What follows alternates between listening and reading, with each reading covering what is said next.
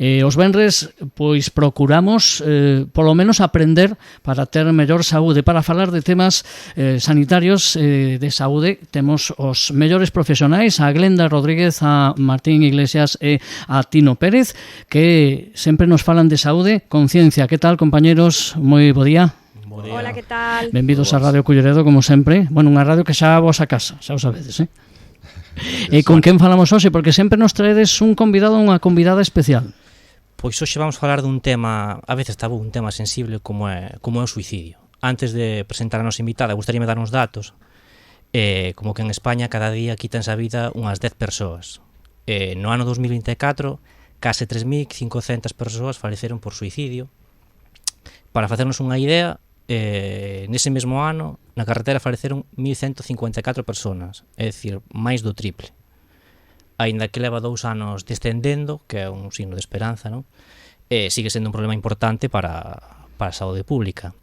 Pero hoxe queremos falar dende a esperanza e dende a innovación, de como a inteligencia artificial apareciu e convertiuse nunha aliada inesperada na prevención do suicidio, e por iso temos hoxe de invitada a Ana Freire. Bo día, Ana. Hola, que tal? Como estades? Bueno, para quen non coñeza a Ana Freire, vou intentar ser breve, pero tes un currículum tan espectacular que é difícil resumilo. Ana é enxeñeira informática pola Universidade da Coruña, posteriormente obtuvo o doutorado na mesma universidade con a calificación cum laude.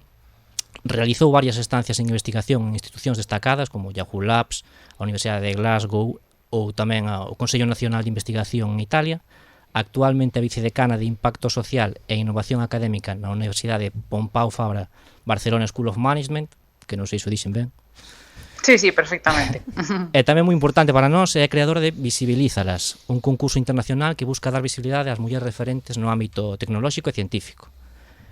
Pero se hoxe está Ana con nós é porque é a creadora do proxecto Stop, que, bueno, Ana, explícanos que é o proxecto Stop. Bueno, pois moitas gracias primeiro pola presentación moi xenerosa. Sí, efectivamente, o proxecto Stop é un proxecto multidisciplinar no que colaboramos psicólogos, psiquiatras, terapeutas, enxeñeiros e enxeñeiras de datos, expertos en inteligencia artificial, e o obxectivo é axudar a prevenir o suicidio e problemas asociados ao suicidio como poden ser a depresión ou os trastornos da conducta alimentaria como a anorexia a través das redes sociales. E para iso utilizamos inteligencia artificial. Que tipo de patróns buscade nas redes sociais para analizar coa inteligencia artificial? Pois nós o que facemos é analizar as publicacións textuais, as imaxenes e tamén o comportamento dos usuarios nas redes sociais. Por exemplo, pois no que respecta ao ámbito máis textual, miramos, por exemplo, que indicadores de suicidio pode haber nas palabras. Por exemplo, se unha persona sufriu acoso sexual na infancia, ou está sufrindo bullying, ou consume certas sustancias como alcohol ou drogas, ten problemas de parella, problemas económicos, etc. A nivel de imaxes, vemos tamén se ten algunhas imaxes publicadas, se teñen algunha probabilidade de que sexan parecidas a imaxes relacionadas con suicidio, con depresión ou con trastornos da conducta alimentaria. E despois vemos tamén outras cousas que habitualmente buscan nos profesionais da saúde mental nas consultas presenciais, como pode ser o apoio social. Vemos como interactúan nas redes, se teñen moitos amigos que son persoas ás que tú segues, pero que tamén che seguen a ti, non? E incluso patróns do sono, se teñen un patrón de sono regular, é dicir, se al menos hai 6 horas de non actividade nas súas redes, entendemos que ten un patrón de sono regular. Polo contrario, podería ser un indicativo de que esta persoa pois está pasando algúns destos problemas. E todo isto facémolo pois de maneira automática, sempre supervisado por psicólogos e psiquiatras, obviamente, porque sen o seu coñecemento pois este proxecto non sería posible, non? Mira, unha pregunta tamén, cal é o perfil máis frecuente que atopades nas redes? Pois mira, efectivamente, nos utilizamos os algoritmos de inteligencia artificial precisamente non para rastrear persoas en particular que teñen un problema, porque de feito facemos todo de maneira anónima, pero para encontrar perfis ou patróns similares a persoas con ideación suicida, con depresión ou con TCA. Por exemplo, o patrón máis habitual de persoas en redes sociais con ideación suicida habitualmente é unha muller, aínda que na vida real se suicidan máis homes, non? Pero dice que porque utilizan métodos máis drásticos, pero sí que hai máis mulleres en teoría nas consultas tamén por ideación suicida. Habitualmente son mulleres de menos de 39 anos que falan de temas pois como os que vos comentei antes, non?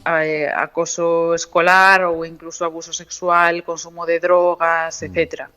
No caso da depresión é un perfil un pouco máis novo, habitualmente son persoas de menos de 29 anos, tamén mulleres, teñen problemas de parella, problemas económicos, etc. E despois, o caso dos trastornos da conduta alimentaria é un patrón casi exclusivamente femenino. Máis do 80% dos usuarios en redes son mulleres e moi novas. O 60% son de menos de 19 anos. Co cal, bueno, estamos vendo que aquí é un problema que temos que xestionar de algún modo, non? E o que facemos precisamente con estos perfiles, con estos patróns, é lanzar campañas dirixidas a usuarios que encaixen nestos perfiles. Estas campañas teñen teléfonos de axuda ou chats de axuda que dan apoio emocional aos usuarios aos que lles cheguen estes anuncios a través das redes de maneira gratuita 24 horas. Estes teléfonos pois son ou ben de fundacións que hai en España ou ben do propio teléfono de prevención do suicidio, o 024, e que teñen xa servicios xa establecidos, non? E servicios que sabemos que teñen xa unha calidade determinada. Creo además que las cifras de estas llamadas han sido espectaculares, tanto en el inicio como luego posteriormente durante el proyecto.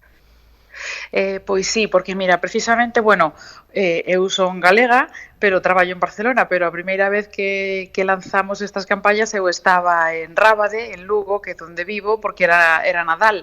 Lanzamos a primeira campaña dende ali, non? Prácticamente, bueno, estábamos en remoto todos, non? Sí. Pero veña, vamos a lanzar a campaña. E lanzámosla o 24, a primeira, o 24 de decembro de 2020. Esa mesma tarde xa me chamaron da fundación que recibía estas chamadas dicindo que xa chamaran 3 personas e unha tratábase dun suicidio inminente. E cando acabamos a campaña, que as dúas primeiras foron de solo un mes porque non tiñamos máis presuposto, pois dixéronos que se incrementara en un 60% o número de chamadas o número de prevención do suicidio. A terceira campaña foi a primeira que fixemos cun chat, porque as dúas primeiras eran con teléfono e a terceira foi con chat.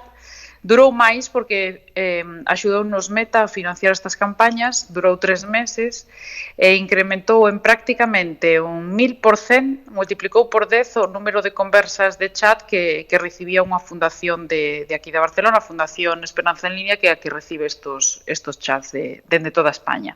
Co cal, si vemos que están chegando estos números a persoas que o necesitan, e quizá tamén estamos vendo que moitas veces estos números non se publicitan como deberan, ¿no? Porque incluso cando nós cerramos as campañas, o número de chamadas ou de chats desplómase outra vez, ¿no? Así que vemos obviamente a utilidade destas campañas. Me llama la atención, creo que algo muy bueno que tiene este proyecto es cómo habéis sabido utilizar a vuestro favor las redes sociales, ¿no? Porque se podría pensar que estas mismas tienen un porcentaje, ¿no? de culpa. Bueno, Tino no me deja decir culpa, acompaña, ¿no? Igual a estos problemas de autoestima o de ansiedad, de depresión, digamos, en las nuevas generaciones, ¿no? Las propias redes sociales, y sin embargo vosotros las habéis utilizado a vuestro favor para detectar estos patrones. No sé cuál es vuestra opinión ahora que ya lleva en marcha un tiempo el proyecto sobre esta aparición de las redes sociales, este boom en referencia pues a la juventud, que igual no tiene la madurez, ¿no? Como para pues entender cierta información, este tipo de cosas. Pois sí, efectivamente. Bueno, xa empezan a aparecer os primeiros estudos que establecen unha causalidade entre o uso de dispositivos digitais, redes sociais e os problemas de saúde mental, especialmente entre os máis novos e entre as rapazas, máis que nos rapaces, non? É dicir, xa non hai unha correlación, senón algo causal, unha causalidade. Obviamente, a mí non me gusta dar toda a responsabilidade ás plataformas porque o contido que hai nestas plataformas creámolo nós, non? Cogal, obviamente hai un problema previo de educación emocional, de educación en xeral, para controlar ben, oiche, non podes publicar isto nas redes sociais, porque claro, hai contido super agresivo, estamos falando de que hai contido pois de asesinatos, de violacións, de temas de drogas, bueno, de todo. E claro, o peor é que os algoritmos das redes sociais sí que están preparados para que nos enganchemos e estemos vendo contido que nos atrae, ou igual ás veces tamén que é un pouco extremo porque ás veces desperta ese morbo, non? De ver cousas que están fora quizá da nosa burbulla. Claro, ten consecuencias negativas como que especialmente aos máis novos lles estea aparecendo contido pois moi agresivo. Xa estamos vendo algunhas iniciativas para controlar isto. En Australia, por exemplo, xa se vai a prohibir o uso das redes sociais por parte de menores de 16 anos. Sí, ¿no? lo estuve leyendo el otro día. Sí, es verdad que aquí en España tenemos un proyecto de ley aprobado este año que quiere tirar un poco, ¿no? sobre... Sí, un poco por ahí. Pero... Sí, por ahí, pero claro, a mí aquí me surgen muchas dudas que igual informáticamente nos puedes echar una mano. Claro, una cosa es marcar la edad, pero nosotros mismos somos los que validamos esa edad, ¿no? Claro, o problema son os sistemas de validación de idade totalmente, sí. Isto é algo que tuve a oportunidade de estar en algún foro coas plataformas discutindo desto, sí. Non? Porque é un problema, obviamente, porque claro, xa nos metemos nun terreno máis pantanoso que é a identificación biométrica, non? Sí. Quizás pois deberíamos de pasar dunha password ou simplemente un sistema onde tú seleccionas o teu ano de nacemento sen que ninguén o valide, non? A pasar nun sistema onde ou ben pos un documento que te identifica ou ben hai algún tipo de control biométrico. E claro, isto especialmente en Europa, con sensibles que somos a todo o tema dos datos persoais, pois, bueno, será unha cousa que está todavía por discutir, supoño, non? Pero ese é un gran problema, o tema de validación. Noutros países sí que se fai, podedes imaginar, pois, en países máis extremos nos temas como, por exemplo, en China, pois todo o que faz online está asociado á túa persona, non? Pero, bueno, tampouco son os escenarios máis desexables, obviamente. Unha pregunta, que están falando de redes sociais en xerais, pero non lle preguntamos o proxecto Stop en que redes sociais se estás traballando? Pois mira, as 3 primeiras campañas lanzámolas en Instagram, en Facebook, pero agora mesmo, dende xullo, temos unha campaña activa que é a máis grande tanto en tempo como en extensión xeográfica, que é en TikTok, porque TikTok financiounos esta última campaña. TikTok no mes de maio deu financiación a alrededor de 30 iniciativas internacionais a favor da saúde mental para facer campañas nas súas redes, e nós fomos unha destas iniciativas. Entón, agora mesmo estamos lanzando as campañas solo en TikTok, pero non solo en España, senón tamén en Latinoamérica. O 1 de setembro comenzamos no primeiro país latino, que foi Panamá, onde podemos lanzar xa campañas tamén con fundacións de alí. Mira, perdona, Ana, no vosso proxecto empregades a inteligencia artificial buscando ese sentido de beneficio do usuario, non? Pero estamos vendo que a IA tamén, igual que as redes sociais, pódese utilizar no senso contrario, pois manipulando, clonando a voz, manipulando imaxes, manipulando vídeos. Ata que punto, cal é a tua opinión respecto ao uso ético destas tecnoloxías, tanto das redes sociais como da inteligencia artificial? Bueno, pois que, claro, tanto unhas como as outras, a inteligencia artificial e as redes sociais son ferramentas que, claro, dependen que mans caigan, pois son utilizadas para ben ou para mal. Eu tamén estou convencida de que tanto as redes como a inteligencia artificial en moitas ocasións o obxectivo non era construir sistemas pois que, por exemplo, como se está vendo agora, non, que hai rapaces que tomaron a decisión de suicidarse despois de falar con ChatGPT. Obviamente, ningunha plataforma quere apoiar o suicidio dunha persona, non? Son, pois, consecuencias dun desenvolvemento da tecnoloxía que ninguén pensaba que unha persona fose a utilizar dese modo, non? Entonces, claro, depende tanto de ás veces do diseño que ten efectos secundarios que ninguén contaba con eles, non? Ou incluso, bueno, pues obviamente o obxectivo que os humanos teñan, que non sempre é bo. Por iso é importante, bueno, pues ás veces concienciar tamén, non? Pues a todas estas plataformas e tal, pero regulalas. Ao final, a regulación é o que máis impulsa as empresas a tomar decisións, porque senón sempre teñen outro tipo de prioridades que obviamente son as que favorecen o seu modelo de negocio, non? Entón, pero cando hai multas, cando hai regulación, pois ante eso opciona a elas, non? E afortunadamente dende Europa pois temos xa a primeira real e algunhas outras regulacións tamén, por exemplo, a Lei de Servicios Digitales, o que intenta é que todos os usuarios de internet podan navegar por internet, polas redes sociais, os buscadores, todo o que é a web, digamos, de maneira segura. Así que, bueno, confiemos en que se desenvolvan pouco a pouco, porque obviamente van moito por detrás da tecnoloxía, van de maneira moi lenta, pero, bueno, pode ser un bon comenzo para empezar a controlar este tipo de situacións. Sí, también es verdad que yo creo que la inteligencia artificial ha sido un boom, un aparecer de repente tan grande, igual para ti, Ana, no ha sido tan inesperado, pero para nosotros de repente esto apareció, y yo creo que como sociedad, a nivel hasta ético, de regulación, claro, va mucho más lento de lo que avanza la propia tecnología. Entonces, sí, igual, por un lado, la regulación en cuanto a las empresas y por otro, nos queda igual mucha educación en los colegios. Sí. Bueno, es algo que ha aparecido nuevo y igual es muy interesante incorporarlo en el currículum, ¿no?, escolar, porque está en el día a día y los niños lo utilizan en su día a día. Entonces, igual por ahí sí que hay que darle un cambio a la educación.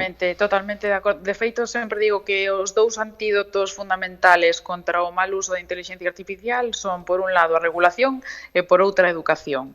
É así, estou totalmente convencida.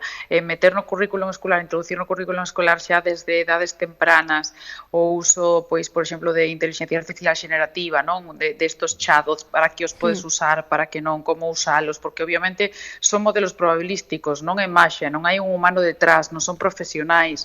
Parece que responden moi ben e que todo o que dicen é verdade e que todo funciona, pero non é así, equivócanse, ás veces pois simplemente se basan en grandes cantidades de texto do que aprenderon, pero son modelos probabilísticos, entonces hai que ter moito cuidado con eles. De feito, eu sempre invito pois os meus alumnos, non, a xente coa que falo desto, a facer algunha proba de preguntarlle algo que ti saibas moi ben que podas ver que se está equivocando, non? Para darte conta precisamente diso, de que se equivocan e que non son infalibles e que hai que ter moito cuidado con eles.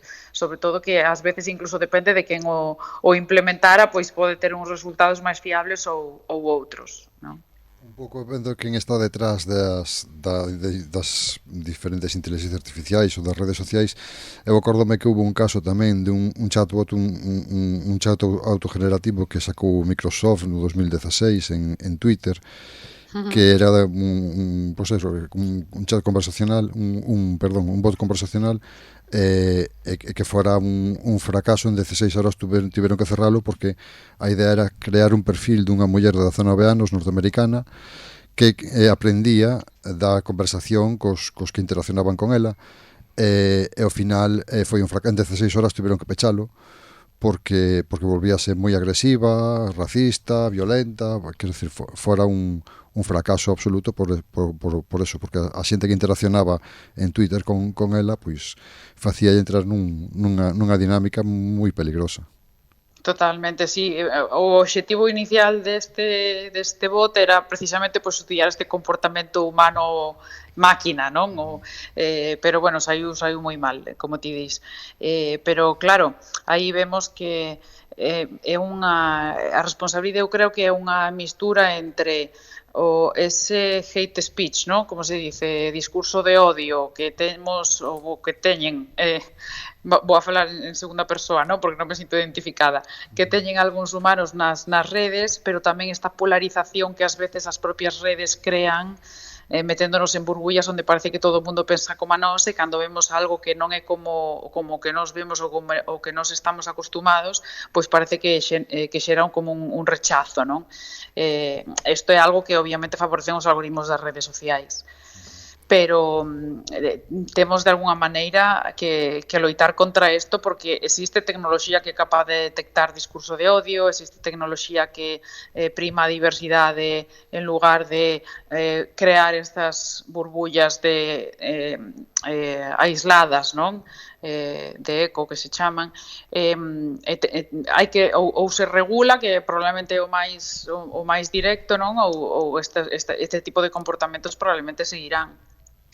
Pero, Ana, ti non pensas que estas borbollas precisamente de haters son provocadas, son intencionadas, teñen un sentido? Bueno, para algúns obxectivos saiu moi ben, non? Por exemplo, en temas políticos saiu moi ben. Sí, claro. Entonces, está claro que eu penso que a idea inicial probablemente non, porque de feito parte do que estudiei cando preparaba a tesis eran sistemas recomendadores, non? Que, bueno, son unha ferramenta moi potente en temas de marketing, por exemplo, non? Entón, aí non buscas, pois, unha polarización política ou social como a que se creou nas redes sociais. Pero está claro que despois probablemente xenerouse este tipo de resultados e estanlle sacando proveito todo o que poden. Bueno, aquí un poco lo que hablábamos antes, ¿no? Los dos pilares, por un lado la regularización de los contenidos y por el otro el educar ya desde lo más básico, ¿no? De diferenciar información, etcétera. Y yo ya aprovechando que nos hemos metido, que hemos abierto este melón, voy a aprovechar que te tenemos para conocer un poco tu opinión profesional, no tanto personal. Creo que aquí lo guay es el que tú controlas de esto, y es sobre la exposición de los menores de edad en las redes sociales. No creo que ningún padre ni familiar lo haga con maldad, vamos, eso por descontado, claro. Pero me resulta muy curioso la tranquilidad con la que en general lo hacemos, ¿no? Creo que por la desconfianza de verdaderamente lo que hay en Internet, un poco lo que hablaba antes Tino, ¿no? Pues este odio, racismo, pederastia, etcétera, etcétera, lo que hay pues un poco la parte más oscura, ¿no? de Internet. Claro, sí, totalmente, que aquí hai moito debate, non? Podemos falar de moitas cousas. Por unha, uso das redes por parte dos menores, por outra tamén o uso das redes por parte dos pais. Sí, era que, tamén exemplo, aprovecho para traer esa parte que sempre echamos la culpa a los chavales, ¿no? Exacto. De feito, mira, fai pouco estuve nun congreso con un policía de menores das Illas Baleares, fixo unha ponencia espectacular. Dixo que máis do 70% das imaxes que utilizaban os pederastas eran imaxes subidas polos pais dos menores. Imaxes normales, imaxes dun pequeno bailando, unha pequena, pois, igual, non sei, xogando ou que seña, ¿no? Pero estas persoas enfermas venas de outra maneira. Entón, gran parte do material que teñen estes pederastas ven de fotos subidas polos propios pais dos menores nas redes sociais. A min isto pareceume escalofriante, non? Creo que todos os pais deberían de saber isto e dicir, vamos a protexer pois a imaxe e todo, porque protexes a esta persona, non? Porque nunca sabes estes pederastas en que localización están ou o que poden facer. Entón, se pode facer unha recomendación aos pais, por unha parte, que eles non suban material dos fillos online, porque as consecuencias poden ser graves, e por outra parte, que intenten minimizar todo o posible o uso destes dispositivos, xa non só de redes sociais, senón en general de dispositivos móviles por parte dos menores. Eu obviamente non son experta nesto, non? Isto debería de decir un psicólogo, un psiquiatra, pero, bueno, como estou estudando neste ámbito e traballando neste ámbito, aprendo moito dos meus compañeros que si son expertos en saúde mental.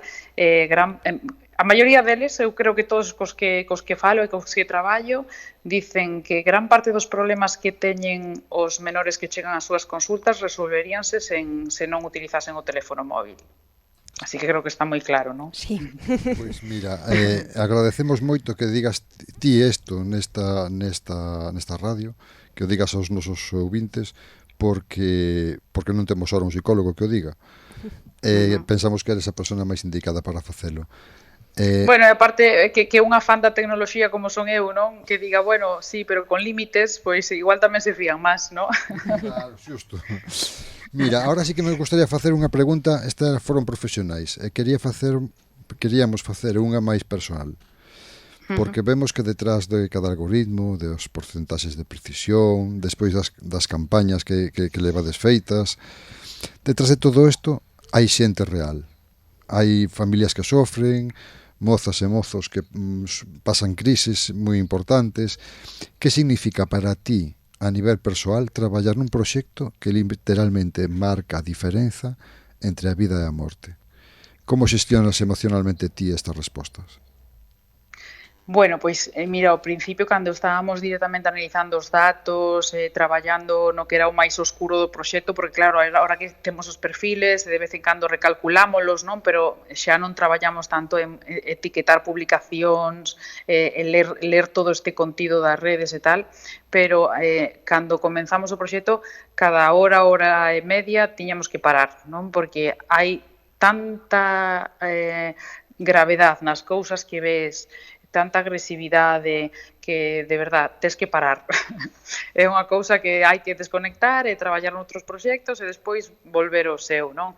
Agora estamos na parte pois máis doce do proxecto, estamos vendo resultados, estamos vendo como nos chegan tamén pois moitas mensaxes de agradecemento.